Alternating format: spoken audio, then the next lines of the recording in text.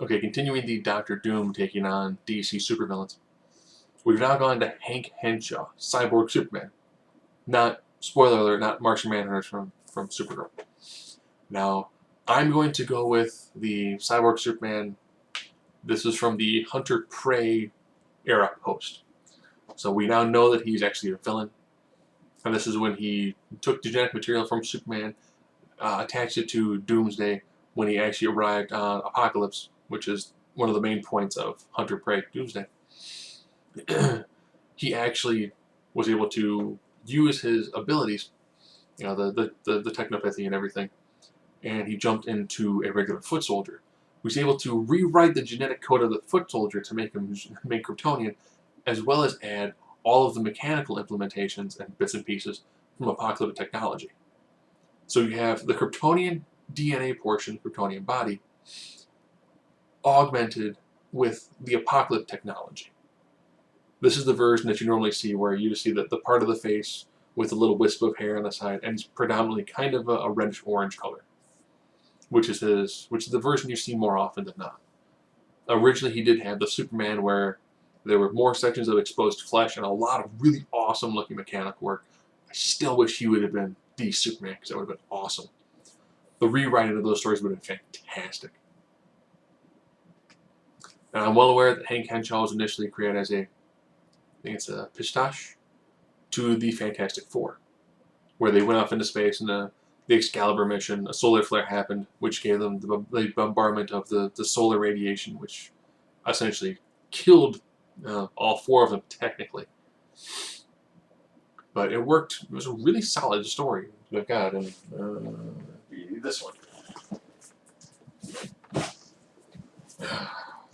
My custom bind with the Superman logo, Cyborg Immortality. And Doom I've described enough. So again, this is my 9 criteria system. Intelligence, findability, strength, speed, durability, invulnerability, energy tradition, versatility, X factor. 5 to 4 person with 5 more likely within 6 to 3. You know, the farther away you get from the middle, the easier it's going to be for another person to be victorious. I'm trying not to get my hands confused. That's the problem when I start going 1-to-1. Because there's what I see, and on the screen it's the exact opposite. I flipped it before, but then the background looks weird for people. So, intelligence. Yeah, Hank Henshaw, tremendous amount of skill when it comes to the using of technology. Doom, tremendous amount of skill to use technology, as well as time travel and magic. So the overall depth of information that Doom actually knows, I would put his level of intellect higher than that of Hank Henshaw.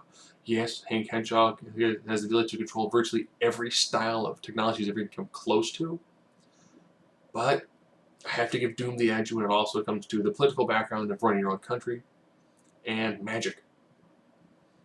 That's some pretty impressive things there. Fighting ability. Hank Henshaw, scientist who becomes a Kryptonian, not really a tremendous fighter, where Dr. Doom actually a pretty good hand-to-hand fighter. So we should give him a greater understanding of how to fight, as well as more of a tactical advantage. Strength. Hank Henshaw is pretty much every bit as powerful as Superman. So, Superman, tremendously powerful individual. He's known for his strength. Speed.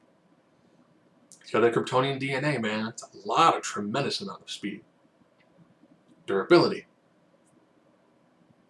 Yeah, Hank Henshaw has the ability to pretty much recreate himself almost instantaneously.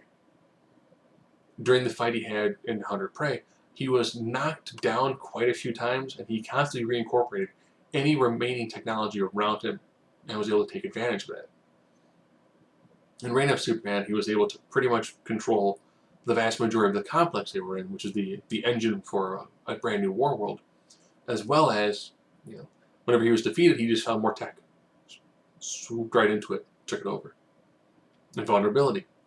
Yeah, again, we're looking at Cyborg Superman here, because one, Kryptonian background, probably thinking, but the magic of Dr. Doom is going to affect him.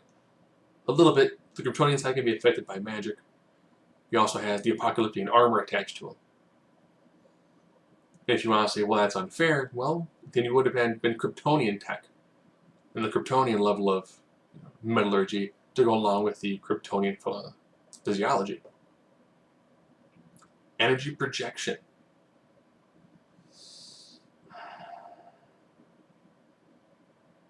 Cyborg Superman, beyond having the heat vision, he probably could have had frost breath if he would have had organic lungs, but he can configure his body into any sort of blast that he needs to.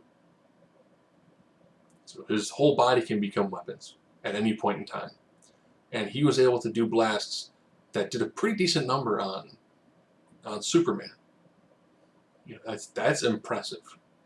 He's able to configure a blast where they can then hit Superman and actually welt the skin of Superman. That's impressive.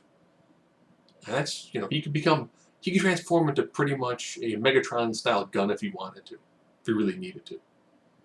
Versatility.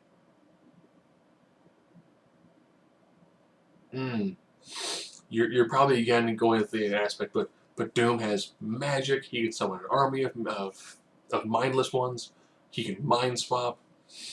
Yeah.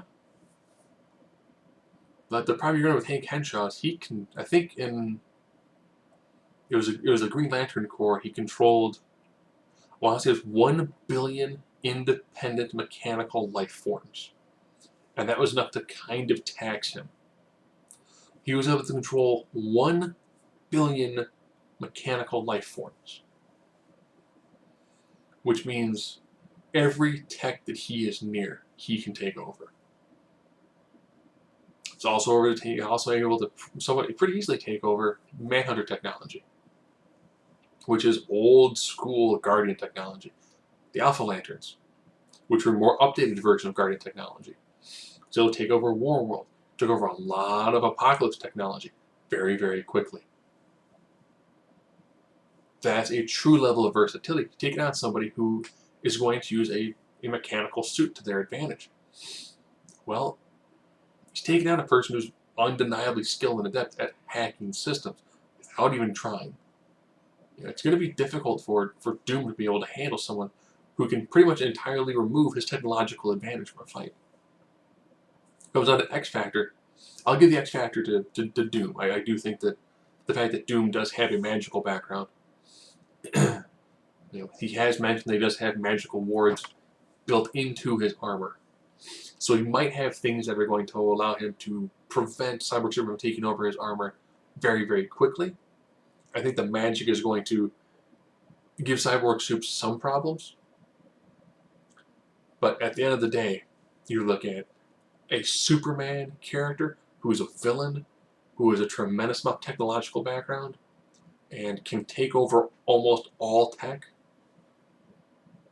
within just the vicinity of his body.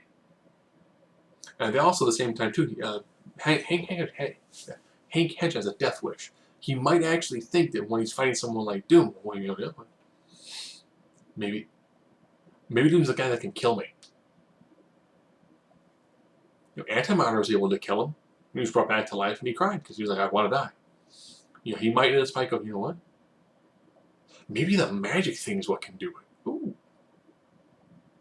You won't be able to kill me because you're going to be able to, I can take out your tech and I'm physically superior, but your magic might be the ticket to setting me free. But 6-3, I think Cyborg Soup has more than enough to take Doom the vast majority of the time. I think he's got Doom pretty much outclassed from a physical and technological standpoint. I do think when it comes to Doom's primary edge, it's going to be the fact that he is like second in line for Sorcerer Supreme.